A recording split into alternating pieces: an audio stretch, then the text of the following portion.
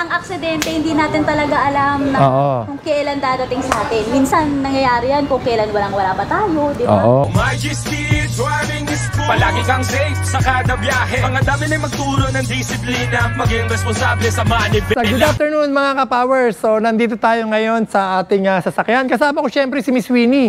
No, si Miss Winnie, siya po yung Sales and Marketing Department ng Power Lagos Shop. Winnie, yan, pakita nga natin yung before and after. So, syempre, pakita natin sa screen yung bangga nito nung na-aksidente. So, ito, tapos na po siya. Alam mo ba, Ma'am Winnie, ang kwento nitong van na to, wala siyang insurance, pero yung bumangga sa kanya, naka-insured. Naka-insured sa FPG Insurance. Sa atin, naka-insured ang... Hindi sa atin, hindi tayo ang ahente nung kotse na nakabangga rito.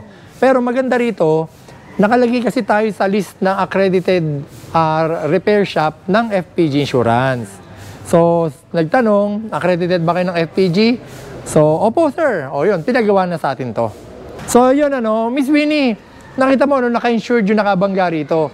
Paliwanag mo nga kung ano yung advantage kapag hindi napapabayaan ng insurance ng isang sasakyan.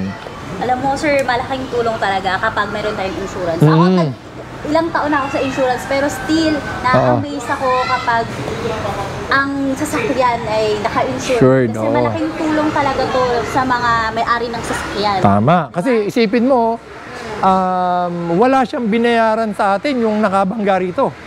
Walang binayaran yun. Ang magbabayad sa atin dito is si FPG Insurance. No? Kung wala siyang insurance, ano na? Oo, sariling... Ang aksidente, hindi natin talaga alam na kung kailan dadating sa atin. Minsan nangyayari yan kung kailan walang-wala pa tayo, di ba? Kaya ganun kahalaga na kumuha tayo ng insurance. Yan. Diba? Pinaghirapan nating makuha itong sasakyan na to. Siyempre, masakit sa atin pag nadamage yung sasakyan natin.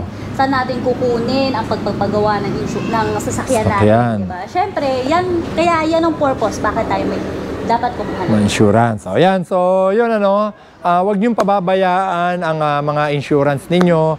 Pag kasi ang laking tipid kesa sariling bulsa nyo ibayad, hayaan nyo na si insurance na magbayad, magpa-insure na lang kayo. O Miss Winnie, imbitahin mo nga sila na magpa-insure at ayan, ikaw ang kausap nila pag nagpapa-insure. Nanonood. Check mo yung inyong insurance policy, baka hindi mo na mamalalayan na mag-expired na o baka nag-expired na yung insurance mo. So message lang kayo sa page namin, andun ako. Re-reply ako sa inyo kahit anong kahit oras busy. po kayo para sa inyo kasi importante na meron tayong insurance. Yes, so yun lang pa-insured lang kayo sa amin mga ka-power.